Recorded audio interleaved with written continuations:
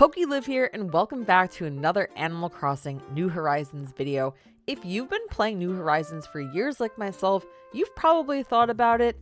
I'm feeling a little bit bored. Well, don't worry, I got you covered. In today's video, I'm going to be showing you 20 things that you could do every single time you sign on to Animal Crossing that keep you busy. Coming in at number 1, checking your mail. Now, I know this sounds really silly, guys, and right now my mailbox is so light, but I've had so much mail accumulate. So make sure you're checking your letters, and sometimes you'll get some cool gifts. So don't let it accumulate like I normally do. Next up, checking your beaches for those DIYs in a bottle. This is a great way to get all of those cooking recipes and the DIYs. Plus, our island is covered in beaches, so you might have to run around for a while in order to track down that DIY in a bottle. All right, moving on, your bulletin board outside the residence center. This is a great way to see what events are going on, and in case you missed it, I always highlight the monthly events in my monthly update videos, but this is a great way just to see what's going on in your island. And if you can't tell, I have a very bad habit of neglecting this, so make sure you are checking them. And speaking of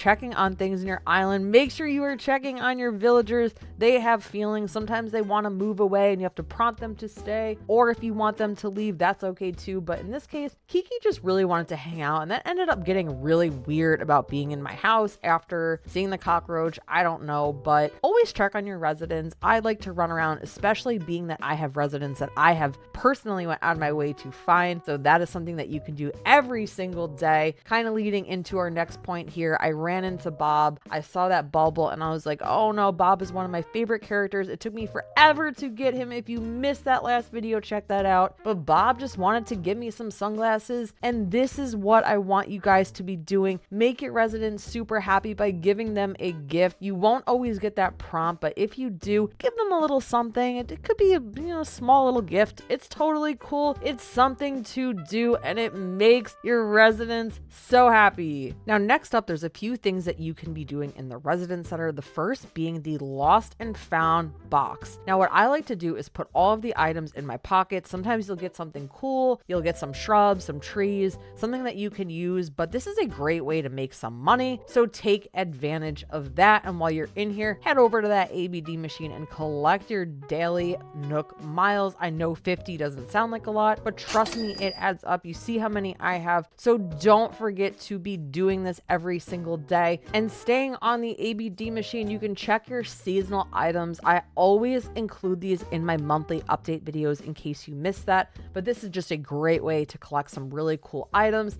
Sometimes the items won't be that good, but you can at least learn a little bit about some cultural events going on in the world. Like I always say, I ended up making a purchase, but always be checking these out because they change so much. Next up, Nook's Cranny. So Timmy and Tommy, yeah, their prices are a little bit high, but they sell some cool stuff. I like to support the business, so I ended up buying something, but always check to see what they're offering that day. Again, it's just a great way to collect different items in the game so that you can make your island fun. I ended up going here to see the more rare or aka expensive items. I didn't end up buying it. I think Timmy and Tommy kind of agreed, but make sure you are doing this. And while you're in the shop, make sure that you check those turnip prices. If you bought a bunch of them from Daisy May with the runny nose on Sunday, the turnip prices might increase. If they do, sell them, make some bells. This is like the little AC stock market. So next up, you might see a money tree spawn. Now, I want to quickly say money trees kind of disappoint me. Yes, you can harvest more bells. They're great, but you can only shake down the money once. They never respawn. So definitely make sure you are utilizing this. It is a great way to really harvest some bells, but just keep in mind that you can only do it once per tree, unfortunately. Now, while I was doing this, I noticed that Bob ended up getting the Zoomy, so I had to highlight this and just kind of spontaneously throw it in here. Catch an AC Zoomy. They are so hilarious. I don't think I've ever seen one and not laughed, and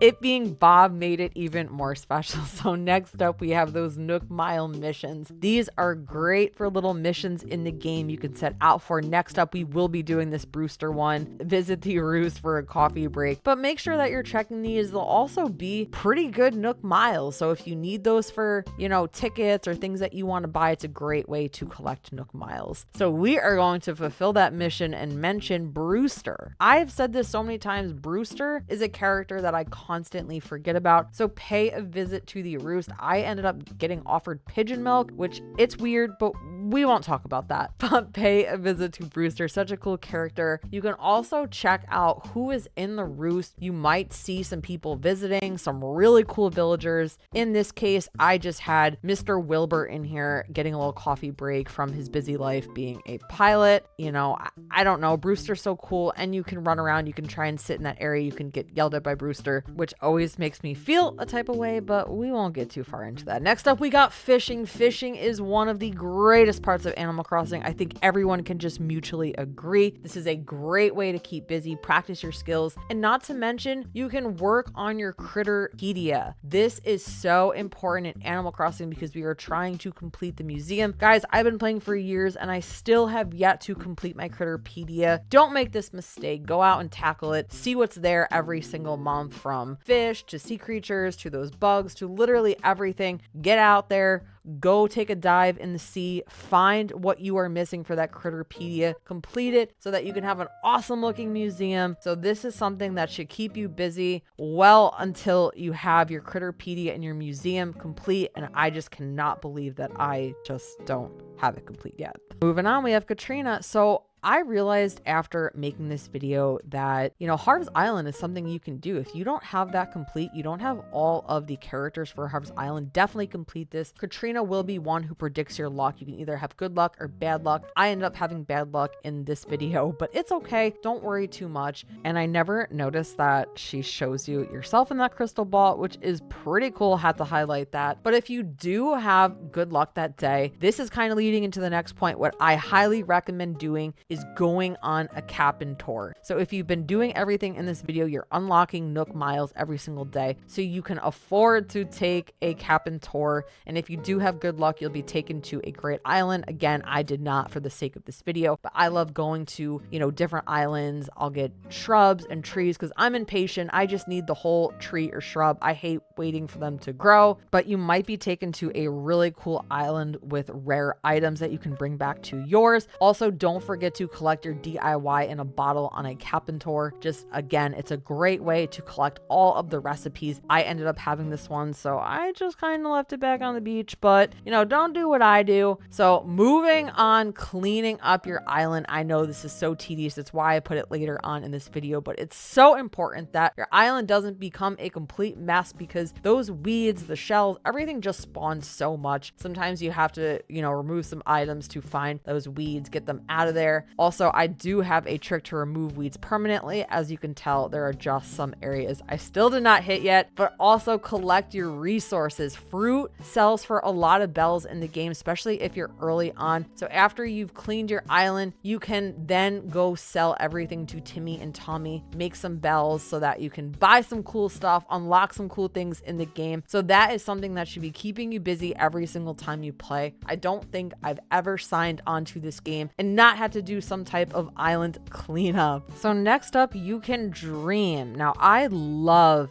going into the dream world in Animal Crossing. It's so cool. You can find cool codes online. You can just be taken to a random dream address where you can then just see what other people are doing out there. I like to come back with a little bit of inspo. Of course, I don't like to copy other people's islands, but again, I use the word inspiration because that's always how I feel when I come back. So leading into the next point, after you've dreamed, maybe you've browsed online at some cool builds, bring it back to your own island and come up with a really cool concept. This game is so great with customization, so that should keep you busy all the time. Leading into our last point here, if you've made crazy changes to your island, make sure that you're backing up it, because I could not even imagine losing my island, and I'm going to link at the end of this video how to completely back up your island. Yes, you do need online play. I know a lot of you were upset when I mentioned that, but it is so worth it, I promise, especially if your island is just so developed. I